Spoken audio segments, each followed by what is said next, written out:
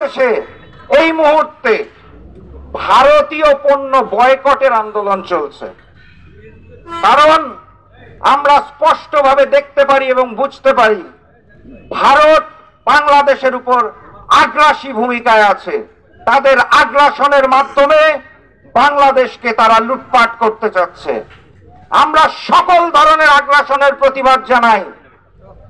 আমরা বলতে চাই ফিলিস্তিনে যে মুসলমানরা আছে তাদের উপর ইসরায়েলের আগ্রাসন হচ্ছে। ইহুদিরা ওখানে নামাজ পড়তে দিচ্ছে না, আজান দিতে দিচ্ছে না, আগ্রাসন হচ্ছে। আমরা সেটারও প্রতিবাদ জানাই। আমরা শুধুমাত্র একমুখী দোষারোপ করতে চাই না। সারা দুনিয়ায় যারা মোড়ল সেজে আছে, যারা আগ্রাসন করছে, সেটা ইসরায়েল হোক আর ভারত হোক, আমরা আমাদের মতো করে প্রতিবাদ জানিয়ে যাব ইনশাআল্লাহ।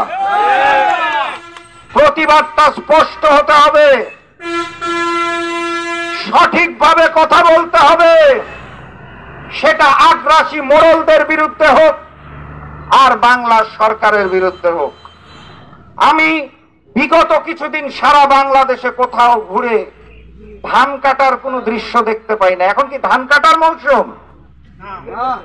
দেরি আছে শুনলাম উপজেলা নির্বাচনে ভোটার কম এসেছে, কারণ নাকি সবাই নাকি এখন ধান কাটছে। আমি সারা বাংলাদেশে কোথাও ধান কাটার দৃশ্য দেখতে পেলাম না।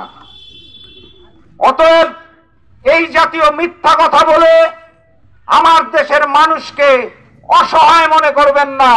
কারণ এই বাঙালি জাতি 1971 সালে মুক্তিযুদ্ধের মাধ্যমে ওই পাকিস্তানকে বিতাড়িত করতে পেরেছিল। যদি প্রয়োজন হয় তাহলে আবারও যুদ্ধ করে ভারতকে বিতাড়িত করতে পারবে।